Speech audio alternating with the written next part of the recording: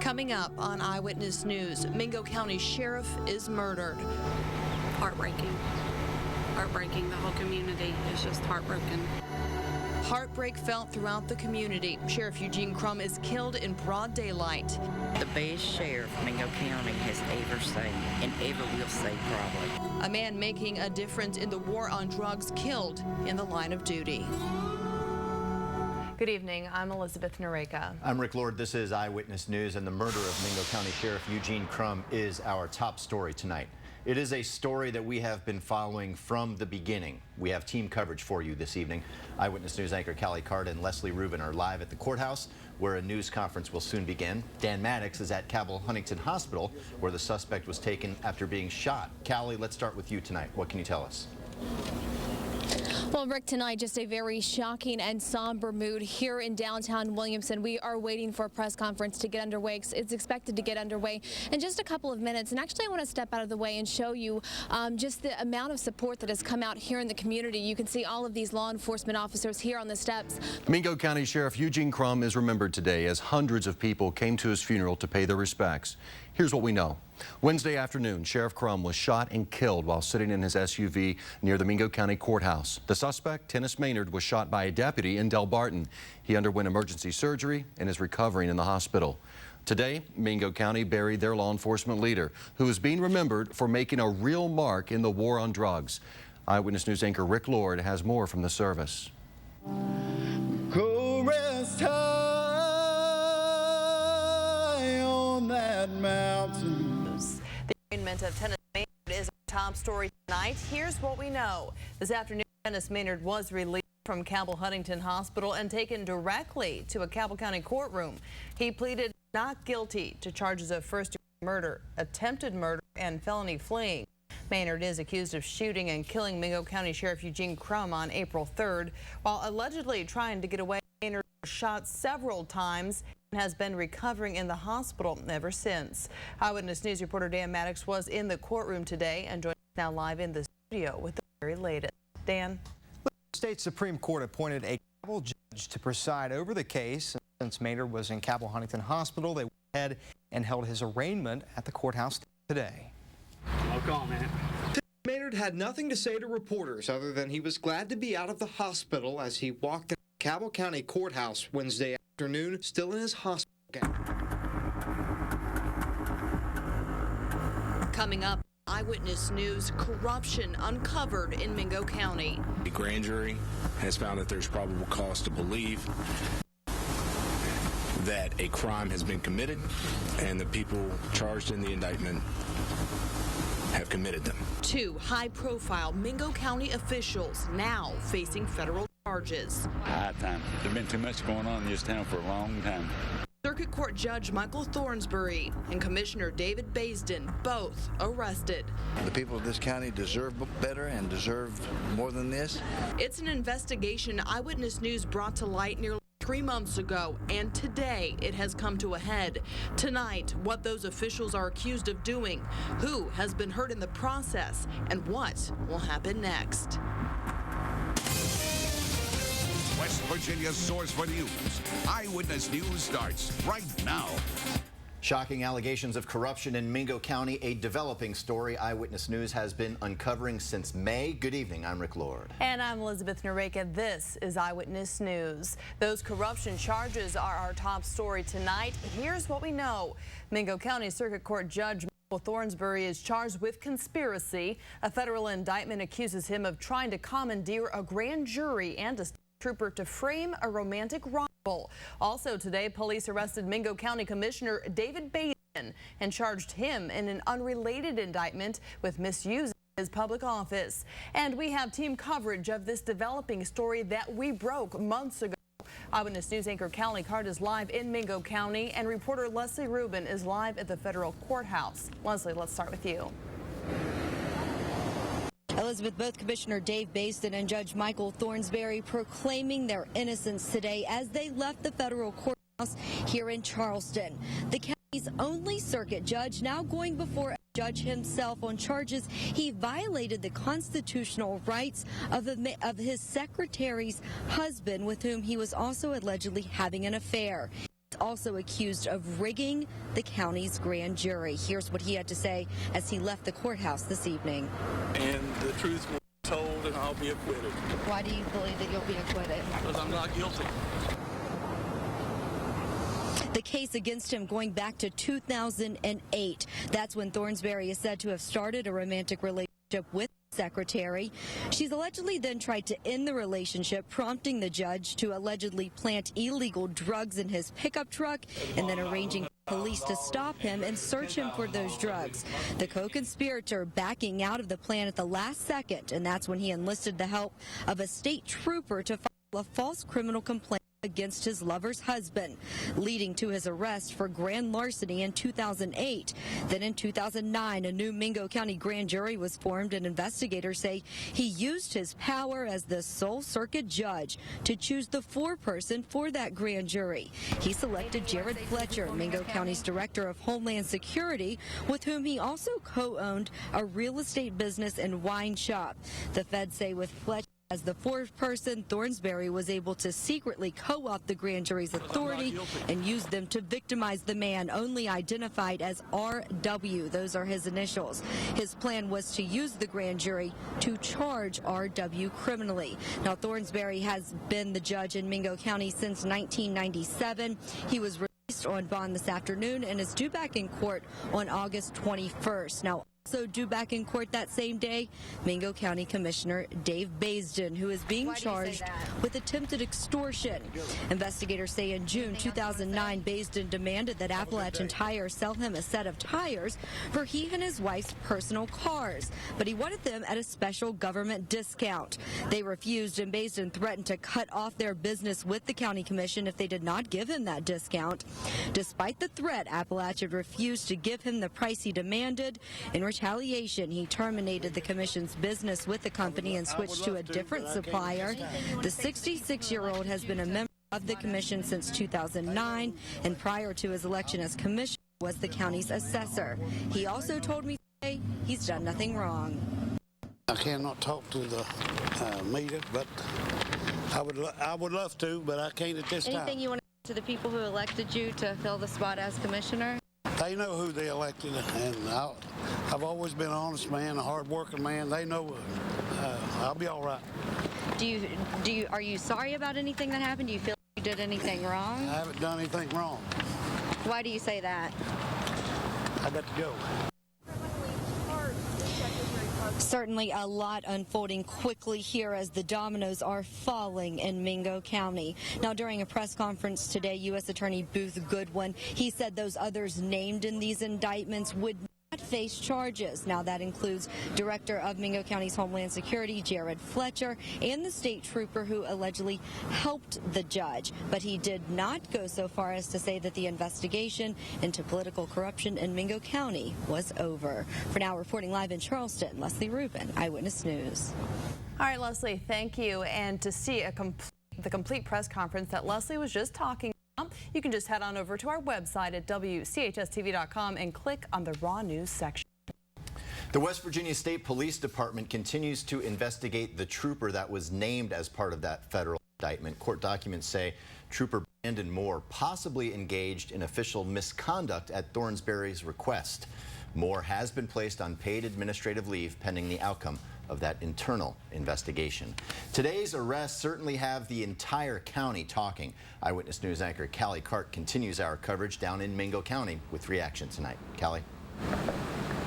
Well, Rick, certainly the mood has changed this morning. A lot of anticipation as everyone was waiting to see what these indictments would be all about. And now a sense of shock at what these two elected leaders are accused of doing, particularly Judge Michael Thornsberry. He has been the county's only circuit judge for 16 years, naturally holding a lot of power, but now accused of a serious abuse of that power, and some even say corruption of the judicial system. One of those men named in the indictment, Jeff Quinn, he's the one who authorities say the judge tried to get to plant drugs on someone. I spoke with him on the phone. He wants everyone to know that he did nothing wrong and actually did not go through with that plan. He says says, quote, "I tried to make the judge walk a straight line and he wouldn't listen to me." And talk about a fall from power. Take a look right here. This is a literal sign of that fall from power. This alley here by the courthouse was named Judge Thornsberry Way. The sign just changed hours after those indictments were handed down back to Court Street. Also late this evening, they were changing the locks on the courthouse, the entrances to the courthouse, but they would not say why. Eyewitness News reporter Bob Aaron was also here in Williamson today. He has more on reaction to the indictments. Good evening, I'm Rick Lord. This is Eyewitness News, and the corruption investigation remains our top story tonight. Despite Judge Michael Thornsberry allegedly enlisting help after his ex-lover's husband, the U.S. Attorney's Office says they will not pursue charges against those other people. Eyewitness News reporter Leslie Rubin is live in our studio with a look at the key players publicly named in the indictment, including a former trooper of the year who's now off the job. Leslie? Yeah, Rick, Judge Thornsberry will be the only one answering to a judge, even after investigators uncovered a tangled web of help over the last 5 years in an attempt to rig a grand jury and frame a romantic rival.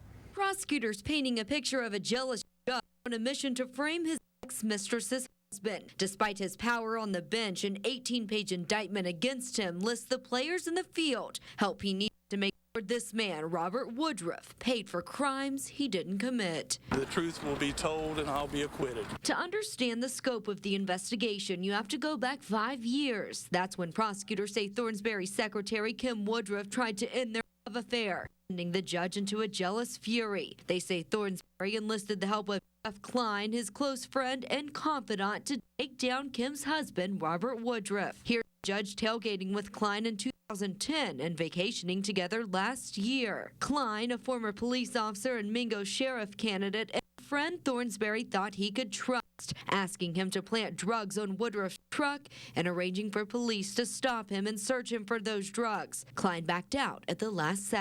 But Judge Thornsberry didn't stop there. Prosecutors say he convinced West Virginia State Trooper Brandon Moore to file a criminal complaint falsely accusing Woodruff of stealing scrap metal. At first, Moore, a former trooper of the year, resisted, but eventually yielded to the demands, leading to Woodruff's arrest for grand larceny in 2008. I had no idea, nor would I have ever dreamed, that a judge would have been behind criminal charges being filed against someone who committed no crime. On Thursday, state police placed Moore on paid administrative leave, although U.S. Attorney Booth Goodwin says he is not facing criminal charges. Superintendent Jay Smithers says, quote, "Our administrative process is completely independent of the criminal process, not only in terms of the investigation itself, but also in terms of any potential outcomes. I have faith that this established process will serve the best interest of the public, the West Virginia State Police, and more importantly, justice itself." In December 2008, then Magistrate Eugene Crum issued a warrant for Woodruff's arrest on those false charges. The indictment alleged that prosecutor Michael Sparks knew about the affair and knew Thornsberry had great influence over Trooper Moore.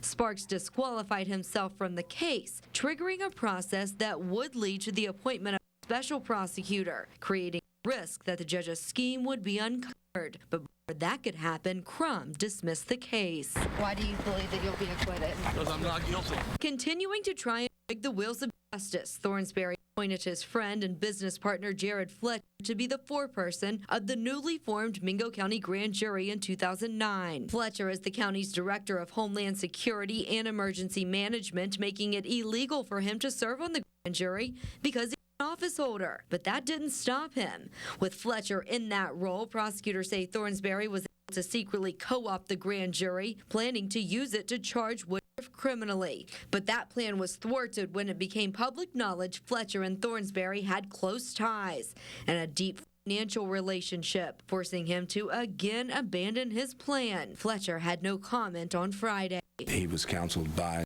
Judge Thornsberry in the efforts that he undertook. Fast forward to 2012, and Thornsberry's efforts continued. Then Gilbert police officer Nathan Glandon arrested Woodruff on assault and battery charges that prosecutors say Woodruff was actually the victim of. Thornsberry allegedly ordered Sparks to offer Woodruff a plea of up to 6 months in jail, but Woodruff refused that deal and wanted to take it to trial. On the Before that trial, Sparks moved to dismiss the charges. Find out that it was all done at the behest of a judge who was using his power through corruption. It's just shocking. Despite all of this evidence now made public knowledge, the man sworn to uphold the law is the only one facing charges. U.S. Attorney Booth Goodwin stopped short of saying the investigation into political corruption in Mingo County was over. The man accused of pulling the trigger appeared before a judge today. His trial date was set, but that was overshadowed by some startling accusations. Eyewitness News anchor Dave Benton is live outside the Cabell County Courthouse. Possible motive in the Crum killing in Mingo comes to light. Dave. Rick, Tennis Maynard's father and brother both claim that Eugene Crum raped Tennis Maynard a couple years ago. The revelation many people here today would talk about, including Tennis Maynard himself. Did Eugene Crum sexually assault you? I think no comment. Tennis Maynard would not talk about the allegation his father and brother told us on camera. And what he says is the truth. He's not lying. And what is the truth? But we'll find out. Raped him. Eugene molested him. Melvin Maynard says before the shooting, his son tried to take legal action against Crum for the alleged abuse that he says happened 2 years ago. That's when Crum was a Mingo County magistrate. 6 or 7 months ago, before he shot Eugene, tried to file charges and they just put it away. Maynard's defense team has revealed that a case against Crum from 12 years ago is part of their evidence they may try to introduce at trial. In that case, Crum admitted to having sex with a woman in the back of a Del Barton police cruiser. The woman filed rape charges, but then recanted her story. And even though the county's prosecutor at the time pursued the case, nothing ever came of it. Maynard's defense attorney won't comment on the allegation Crum sexually abused him. Maynard's attorney won't comment on his rape allegations, but says the case from more than a decade ago is consistent with their plan for defense. I'm not going to say a whole lot about it right now. All I was going to say is, that it is consistent with our defense of the case and that we do anticipate that it'll be used in the trial. We tried to ask Rosie Crum about Mr. Maynard's allegations. Rosie, Tennis Maynard's father told us that your husband sexually assaulted. No comment, no comment, no comment.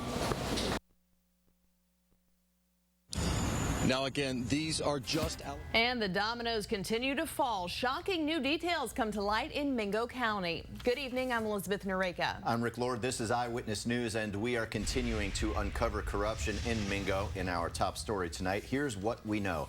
Just today, a federal information named 4 public officials in connection to a conspiracy detailing each of their alleged roles. Hours later, a petition was filed asking for Mingo County prosecutor Michael Sparks to resign. Mingo County Deputy Dave Rockel has been fired. All of this new information has those closest to the case in shock. Eyewitness News investigative reporter Kenny Bass kicks off our team coverage live in the studio with the very latest. Kenny? Rick, this has been a day full of shocking allegations that really make you wonder just how deep the rabbit hole in Mingo County may go. A federal information charges Mingo County Judge Michael Thornsberry with conspiracy, and it implicates County Commissioner David Baisden, County Prosecutor Michael Sparks, and the late County Sheriff Eugene Crum in the scheme. This is where the criminal charge and the information comes from. In February, Sheriff Eugene Crum executed a drug raid at the sign business of George White. The information alleges that Crum owed White $3,000 for election materials. It also alleges White had previously supplied Crum with prescription narcotics. Instead of paying his sign bill, investigators say Crum went a different route. He allegedly set up a drug buy from White's place of business and then raided the sign shop after the deal was made. We're finding that now that some of these drug dealers are actually giving it to middle school students and high school students to get them addicted. Following his arrest, White's attorney advised him to cooperate with the FBI. That's allegedly when Crum and County Commissioner David Baisden offered a deal in which White would fire his lawyer, hire another counsel, and stop cooperating. Mingo County Prosecutor Michael Sparks is also implicated in the information. If White did as directed, Mingo County Judge Michael Thornsberry would allegedly give him a lighter sentence. Anytime you have elected officials, chief law enforcement officers in counties, it's very troubling. And, we just saw earlier this week where we had a sheriff plead guilty to charges. Always very troubling when we have those sorts of allegations, and something we take very seriously. Thornsberry is facing separate corruption corruption charges. Prosecutors say he abused his power to try and frame a romantic rival for false crimes. Thornsberry allegedly had an affair with his secretary and then tried to frame her husband for several years after she ended the relationship. The very act of demonstrating that we are serious about these matters, that we will continue to press forward on allegations, whether they be in Mingo County or across the Southern District of West Virginia. We're very serious about public corruption, and we'll make sure that we leave no stone unturned. U.S. Attorney Booth Goodwin says the investigation continues and that it is very possible that more charges in connection with Mingo County corruption will eventually be filed. It is expected that Judge Michael Thornsberry will plead guilty to the conspiracy charge sometime in the next couple of weeks. He's facing a maximum of 10 years in prison, but federal sentencing guidelines give the court some leeway in the length of that sentence, and Thornsberry is reportedly cooperating with investigators. Reporting live here in the studio, Kenny Bass, Eyewitness News. Kenny, thank you. Other new information out of Mingo County today. The Office of Lawyer Disciplinary Counsel is asking for Prosecutor Michael Sparks' law license. The council filed a petition in the state Supreme Court asking for the immediate suspension of Sparks' law license. The petition states Sparks has committed violations of the West Virginia Rules of Professional Conduct and poses a substantial threat of irreparable harm to the public. It states Sparks had knowledge of now suspended Judge Michael Thornsberry's engagement in criminal conspiracies and failed to report that information to the Judicial Investigation Commission. The petition goes on to state that Sparks is unable to protect the interests of the citizens of Mingo County. The Supreme Court is now reviewing this petition. An order is being drafted and is expected to be released tomorrow. And people in Mingo County are still digesting news that Judge Michael Thornsberry allegedly conspired with the murdered sheriff and the prosecutor in a drug case against an FBI informant. The whole thing just keeps getting bigger and bigger. Eyewitness News reporter Bob Aaron dug up further details on what drug suspect George White told the FBI and reaction to it. Sheriff was indebted to him for some signs that hadn't been paid for, and that he was for a time there provided the sheriff with drugs. The allegation that Sheriff Eugene Crum was a drug user was met by shock from some in the courthouse. I'm astonished. It's the first that I've heard of that, and it's heartbreaking. Eugene Crum was a close personal friend of mine. I mean, it's a tragedy. You know, it's a shame that what's been alleged at this point in time, it's just another cloud over our county that we don't need.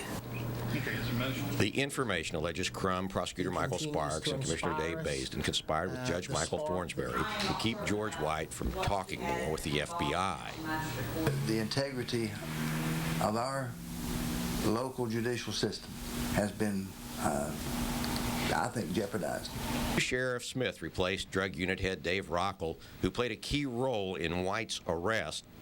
Rockel would say little today, but said he knew nothing of the meeting where the conspiracy allegedly took shape. In Williamson, Bob Aaron, Eyewitness News. Keep in mind, only Thornsberry so far has been charged in the latest allegation. The exact involvement or cooperation with the government by prosecutor Michael Sparks and others has not been made public at this point. And we continue our team coverage now. Eyewitness News anchor Callie Cart has been following this story from the very beginning. She spoke with the family of fallen Sheriff Eugene Crum. She joins us now with what they had to say. Callie. More shocking revelations and allegations here in Mingo County. The latest court documents naming several high-powered officials, including former Sheriff Eugene Crum, who was killed not far from this courthouse earlier this year. Those court documents allege he bought illegal prescription pills while he was a magistrate from a man named George White, then used White's sign shop for his campaign posters in 2012. And instead of paying White, he was arrested for selling drugs. The court documents say White started talking to federal authorities about Crum's alleged drug activity, and several high-powered officials in Mingo County came together offering White a deal if he'd stay quiet. Crum's family members say they are shocked by the allegations, saying they believe Crum never did drugs and instead fought against the drug problem. They believe Crum is being used as a fall guy since he is no longer here to defend himself. Here's what his grandson, speaking on behalf of the family, had to say. George White is a dope head, a drug dealer, and a liar. It's hard for me to believe anybody would believe him over my pawpaw that isn't here to defend himself. The family did show me a check dated January 2012 paid to White's Sign Shop for Crumb's campaigns. The family says they also believe there is more to Sheriff Crumb's murder. With 2 guilty pleas and at least 2 more on the way, the investigation into Mingo County's courthouse corruption continues. Tonight in our Waste Watch report, Eyewitness News reporter Kenny Bass tries to add up exactly what the bad behavior down in the coalfields is costing us, and found that the price tag has to be calculated in more than just dollars and cents. Former Mingo County Circuit Judge Michael Thornsberry's guilty plea actually raises more questions than it answers. The investigation into Mingo County corruption didn't end with Thornsberry, but thus far he is the biggest name to be snared in its net. A small army from the U.S. Attorney's Office, the FBI, and state and local police have all been working on the Mingo County cases. So far, that work has generated a big bill, and the meter is still running. You've got prosecutor time, you've got investigator time. Ultimately, if they're sentenced to prison, you've got incarceration costs, which are right now it's running about $35,000 a year to incarcerate someone in federal prison. So you're easily running up into the hundreds of thousands of dollars. But even the major costs associated with the federal government's stake in the investigation don't begin to approach the monetary loss the state could be facing. Because of Thornsberry's long tenure on the bench, every ruling he made may have to be looked at to make sure it wasn't tainted by his touch. If there's a special judge who has to be appointed, and all of the stuff that goes with that, because it's not just the judge has to have a secretary, a court reporter, there has to be at least a law clerk, maybe even 2 because of the nature of how they're having to look into this, and there may have to be an investigator. All of this is going to cost money. What I just said to you adds up to several $100,000 a year right there. And if this goes on for several years, you can see what we're up against. Now, that's all just projected. The court has to make its mind up. The court has given no indication whatsoever how this is going to go, and we don't even know what cases are going to come in. How much could this potentially cost the state of West Virginia? $4 million. The cost of corruption here in Mingo County has to be measured more than just dollars and cents. Lives were ruined. Businesses were forced to close. Families were ripped apart, all because of wrongdoing at the courthouse. I believe that things have happened here that, children were basically sold, whether it be for money or political reasons or to have control over a person. I believe that happened. I believe children were bought and sold here. Della Klein Gentile has been practicing law in her home county for decades, but in 2008, she says she was forced to close her doors and sell her downtown Williamson building because of the toxic atmosphere surrounding the courthouse, which was under the thumb of Thornsberry and his minions. It became very difficult to make a living here as an attorney if you were an honest attorney and you weren't included in that circle of people, and I certainly was not. It became very difficult to practice law. The biggest problem surrounding the Mingo County shenanigans may not be the money it will ultimately cost us. It is the broken trust in a system that failed on many levels. A corrupt courthouse where justice wasn't handed out blindly. Instead, it was bought with cash, favors, and political paybacks, benefiting those on the inside while punishing everyone else. We have it all. We have drugs, we have bribery. I think we had just about everything. And people say, oh, well, it's somebody should make a movie. It would almost be unbelievable to make a movie about the things that have gone on down here. I know of money changing hands. I know of deals taking place behind closed doors. People need to have faith in their governments. They need to know that things are being taken care of. That is the very foundation of our democracy, right? Government of the people, for the people, by the people. And when someone corrupts that process in any way, there are enormous social costs. Despite the damage that's been done, there is hope for Mingo County. Once the rat's nest at the courthouse is finally cleaned out, there is an opportunity to elect new judges and commissioners who will serve the people instead of themselves. But for that to happen, Mingo County voters must abandon the practices of the past and look to a future without special favors, crooked slates, and justice with strings attached.